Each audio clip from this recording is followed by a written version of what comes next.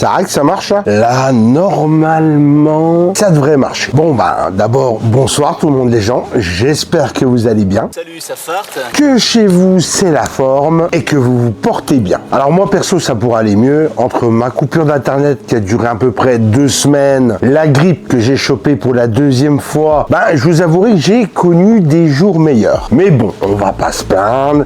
Tout est résolu, j'ai changé de box internet, ma santé va un petit peu mieux, donc on va pas trop se plaindre. Bon, je vous avouerai, je tousse encore un peu, mais ça devrait bien se passer. Bref, aujourd'hui je suis pas là pour vous parler de mes soucis internet, ni de mes soucis de santé. Je suis là pour vous parler d'un petit truc qui me travaille en ce moment. Et sincèrement, c'est un truc qui me pèse sous le cœur ces derniers temps. Et j'ai besoin de partager mon ressenti, mes impressions avec vous. Alors je préfère prévenir tout de suite, on va pas parler que de tech, de jeux vidéo ou de YouTube. On va essayer de pousser le raisonnement un petit peu plus loin. Et ça, tu vas le comprendre tout le long de cette vidéo. Alors déjà, je vais utiliser quelques miniatures d'autres youtubeurs. Alors elles vont me servir juste pour illustrer. Alors j'espère ne créer de tort à personne, mais vous avez vu ces derniers temps ?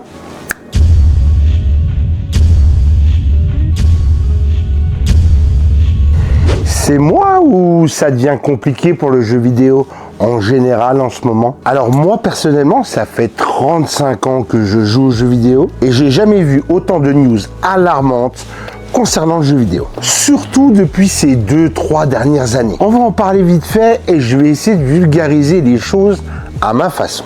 T'as entendu parler du jeu Concorde là qui est sorti sur PS5, annoncé comme le messie du FPS multi, qui a coûté des millions et des millions de dollars, des années de travail, retiré de la vente après 15 jours. Hop, ciao, au revoir, basta, on arrête, on coupe, hop, tout le monde viré, on ferme le studio et les quelques millions qu'on a dépensés.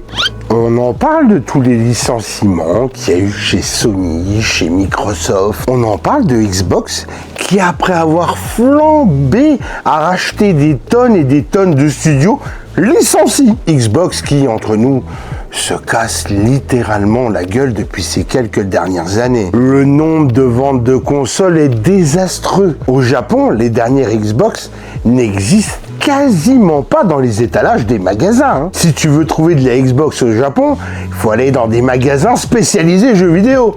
Parce que la petite supérette du coin, et il y en a qui vont me dire oui, le Game Pass ça marche chez Xbox. Paraît-il que ça serait plus un ruin budget qu'autre chose. Et à dernière nouvelle, j'ai entendu dire qu'Xbox deviendrait plus un éditeur tiers qu'un fabricant de consoles. Heureusement que papa derrière c'est Microsoft, puis qu'ils ont les reins solides. Dans la série des dramas jeux vidéo, un studio qui prend super cher en ce moment, c'est Ubisoft. Alors déjà, je tiens à préciser que je n'ai rien contre Ubisoft. Je suis un gros fan de la licence Rayman.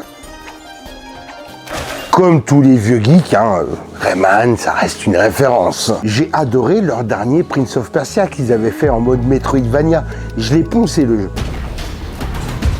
J'avais aussi envie de faire leur dernier Star Wars qui était sorti parce que en tant que vieux geek, je réponds aux clichés, je suis fan de Star Wars. Et quand je m'y suis intéressé un petit peu, j'ai été voir des tests sur YouTube et il s'est tellement fait défoncer que j'ai même pas osé l'acheter. Après, entre nous, on devrait quand même l'acheter et essayer. Faut pas trop se fier aux avis des autres. Et quand je vois les dramas que les gens se font sous la sortie du dernier Assassin's Creed, jeu qui n'est pas encore sorti, je précise, les gens le taillent à foison. On dirait que le jeu c'est devenu un véritable crachoir et que c'est devenu à la mode de passer à côté d'Assassin's Creed et de faire si t'as pas posé ton molar sur Assassin's Creed, t'es pas à la mode. Et le pire, c'est que tous les prétextes sont bons pour cracher sur ce jeu. Woke, pas woke, je m'en bats les couilles. Le jeu vidéo, faut pas l'oublier. C'est une œuvre qu'il faut prendre dans son intégralité. Il faut attendre que le jeu soit fini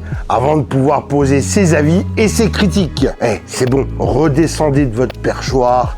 C'est qu'un jeu vidéo. C'est pas votre vie qui est en jeu. Et je répète, laissez-leur au moins le temps de finir leur jeu vidéo. Bref, j'ai pas envie de m'attarder là-dessus, C'est pas le but de ma vidéo. Et là, on va en venir au but de ma vidéo. Parce que depuis tout à l'heure, tu dois dire, ouais, et où c'est que tu nous amènes, Paolo? Alors moi, je me suis posé une question vraiment légitime pour le coup. Pourquoi tout ça? Pourquoi tous ces dramas? Pourquoi tout cet argent foutu en l'air? Qu'est-ce qui se passe dans le jeu vidéo en ce moment? Alors, j'ai traîné un peu sur la net à la recherche de réponses et il m'a pas fallu longtemps pour que la réponse me saute littéralement à la figure. Vous savez le nombre de jeux qui est sorti sur Steam en 2024? 19 000 jeux! Alors pour ceux que ça choque pas, on va étudier un petit peu le chiffre. 19 000 jeux en un an, c'est à peu près 52 jeux vidéo par jour. Ça va? C'est bon pour vous? Alors pour ceux qui sont assis au fond de la pièce là-bas, on va étudier un peu ce chiffre et on va faire des comparaisons. On va comparer à des autres univers, à des autres consoles de jeux vidéo. Et on va donner quelques exemples. La Super Nintendo, presque 10 ans de vie. De 90 à 2000 les derniers jeux. Bon, à la fin, ils sortaient plus grand-chose. Mais bon, tu vas comprendre. Alors la Super Nintendo, elle avait déjà un répertoire énorme. Hein. C'était 2261 jeux de tête, je crois. Si tu fais un prorata, ça fait 5 jeux sortis par semaine. Je dis bien 5 jeux par semaine. Et c'est déjà énorme en soi. Et si on reste dans ce genre de calcul, la Mega Drive de chez Sega a une ludothèque d'environ 900 jeux. Donc c'était à peu près, sur sa durée de vie, 2 jeux par semaine. La Neo Geo, ma console de cœur, sur une durée de vie de 14 ans, ils ont sorti environ 150 jeux. Autant vous dire que là, c'était 11 jeux par an. Ouais, Paolo, tu parles de jeux de l'époque, là, et tout. Mec, au prorata, la GameCube, c'était 1 jeu par semaine. Alors, on va pas refaire toutes les consoles rétro. La Switch, au mois de mars, elle aurait eu 8 ans de vie. Ils ont sorti 6600 jeux. Ça fait 2 jeux par jour. Les gars, ça vous choque pas ce genre de chiffres? 19 000 jeux sur Steam en un an, ça choque personne? Le jeu vidéo, c'est avant tout un commerce, hein? Un marché. Alors ok, il y a des milliards et des milliards qui sont générés sur le dos du jeu vidéo. Mais ça a beau générer des milliards, la problématique, elle est là. On a beaucoup trop de jeux. Et tout ce qui arrive dans le jeu vidéo en ce moment, c'est juste mathématique. Plus on a d'acteurs sur un marché, plus on est de gens à se partager les parts de gâteau. Et là, on est arrivé dans un stade où c'est que les parts de gâteau sont tellement divisées et devenues tellement petites qu'on peut plus réussir à faire vivre tout le monde du jeu vidéo. Je vais vous faire popper un petit article avec le lien que je vous mettrai dans la description. Récemment, il y a une petite étude qui est tombée sur les 18-19 000 jeux qui sont sortis sur Steam l'année dernière. C'est un tiers des jeux qui n'ont pas généré plus de 500 €. Ça veut dire que concrètement, il y a des petits programmateurs indés qui ont bossé 2-3 ans sur leur jeu, qui l'ont posté sur Steam et ils n'ont pas gagné plus de 500 $ à travailler plusieurs années sur leur jeu. Ah mais là, moi j'applaudis. Hein. On appelle ça aussi travailler dans le vent. C'est bien travailler dans le vent. Il y en a qui kiffent, hein. Il y en a qui kiffent. Hein. La preuve. Je vais vous partager encore un petit graphique que j'ai trouvé sur internet. C'est le nombre de jeux Steam qui sont sortis ces 20 dernières années. Alors, regardez bien la courbe. Elle est ahurissante. Et surtout, à partir de 2014, ça devient de la folie. Et tout ce que je vais vous dire là, ça reste mon avis personnel. Mais moi, je pense qu'il y a une explication logique à ça. On a vu se pointer en 2010-2011 les premiers précurseurs dans ce qu'on appelle le jeu indé.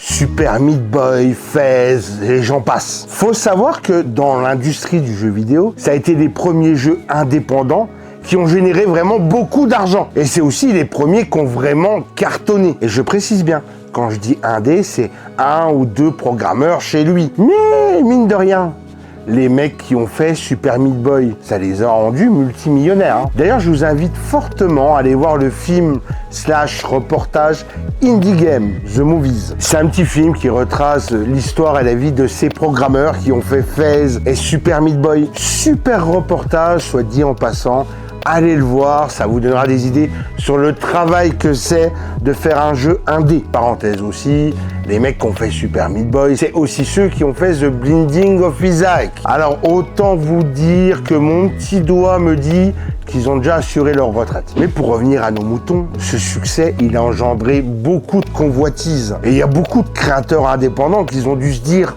en 2011-2012, quand ce jeu est sorti, ouais ben, moi aussi je vais faire pareil. Ils ont vu qu'il y avait de la thune à prendre, ils se sont tous jetés dedans à tête perdue. Ça tombe bien. Avec 2-3 ans de développement, on tombe en 2014-2015. Et là, il y a eu encore des succès dans le jeu indé. Shovel Knight, Binding of Isaac, 2017-2018, on a eu Celeste. Il y en a plein qui se sont jetés à tête perdue dans le jeu indé.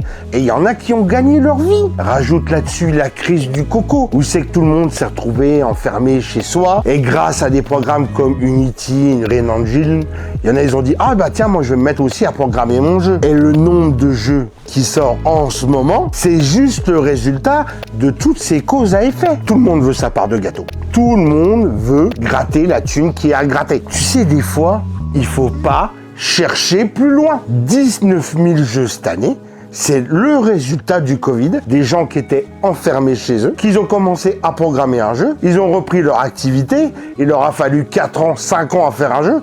Tout ce qui tombe en ce moment, c'est juste le résultat de ça. Et si je dois vraiment vous donner mon avis là-dessus, moi ça me rend triste. Triste parce que dans ces 19 000 jeux sortis sur Steam l'année dernière, je suis sûr que dedans, il y a des jeux incroyables. Des jeux qui méritent qu'on s'y attarde, qu'on parle d'eux. Parce que derrière, il y a de vrais créateurs de génie. Et au final, ces gens-là, ils ne seront jamais félicités à leur juste valeur. Tout simplement parce que leur jeu est noyé dans la masse. Et puis, il n'y a pas que ça qui me rend triste. Trop de jeux, ça tue le jeu. Je vais te poser une question.